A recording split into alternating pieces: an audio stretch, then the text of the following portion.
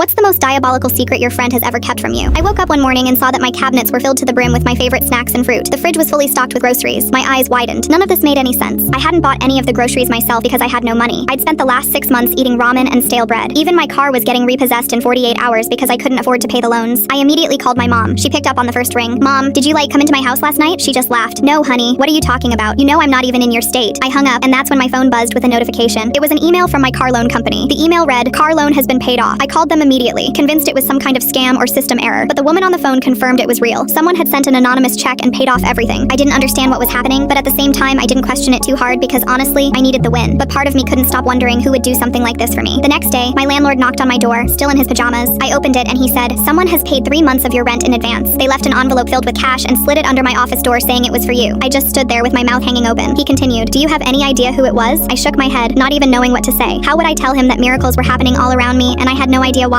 He just shrugged. "Well, if the money's coming and your rent is getting paid, that's all I care about," he said before driving off. That same freaking day, my electricity bill got paid off, then my phone bill. The notifications rolled in, one after the other. Someone out there was tracking my life close enough to know exactly what I owed and exactly when I needed help. I know it sounds dumb, but I was genuinely getting paranoid. I hadn't even told anyone that I was struggling with bills or rent, so how would someone know to do this? I started keeping a list of every mysterious payment, every unexplained save. It drove me insane. I called my sister, my coworkers, even my old college friends, begging them to tell me if it was them. Everyone swore it wasn't them and seemed just as confused as I was. I tried so hard to be chill and nonchalant about it, but then came my breaking point. I was at a cafe when my 6-year-old Chromebook gave up on me. The screen went black and it wouldn't even turn on. 3 days later, a package showed up at my door. Inside was a brand new MacBook. My stomach dropped when I saw it because it wasn't just any MacBook. It was blue and the case was purple. The exact color combination I'd been saving for forever. My hands started shaking because there was only one person in my life who would remember a detail that small. Only one person who paid that much attention to the little things I said. I drove to Felix's apartment that night. He was my boy best friend from childhood, but we stopped talking in senior year once he got a girlfriend because I didn't want to be disrespectful. I hadn't spoken to him since that day. I knocked on his door and when he opened it, I just said, "It's you, isn't it?" He didn't answer at first. He just looked at me with this expression I'd never seen on his face before, almost scared. Then slowly, he nodded. I blurted, "But why? Why would you do all of it and not say anything? Why wouldn't you just tell me?" His voice was barely above a whisper. "Because, Cass," he started, "you look after everyone. When your dog got put down at the hospital, you didn't tell anyone because your sister was having surgery that day, and you didn't want her to feel bad. You went straight from the hospital to the store to buy her favorite flowers." I gulped. "Okay, what does this have to do with anything?" He interrupted. "The day your dad died, you still reposted your friend's wedding photos on your Instagram story because you didn't want her to feel like you didn't care about her. You take care of everyone, Cass, but no one takes care of you. You don't let them." I looked up at him with tears in my eyes. "How did you know all this? How did you remember?" His voice was shaky. "I love you, Cass. I've loved you since that day in 1st grade when you snapped my crayon in half and begged your mom to buy me a new set to make up for it. Me and my girlfriend in senior year lasted 3 days because I realized I loved you too much to be with anyone else. But by the time we broke up, you were already gone. I thought it wasn't meant to be." I buried my face in my hands, not even knowing what to say. "But why didn't you just tell me? Why go behind my back?" He sighed. "I knew if you found out it was me, you would feel like you had to pay me back, but I wanted it to have no strings attached. I'm sorry." I kissed him, and he kissed me back. We've been together 8 months now.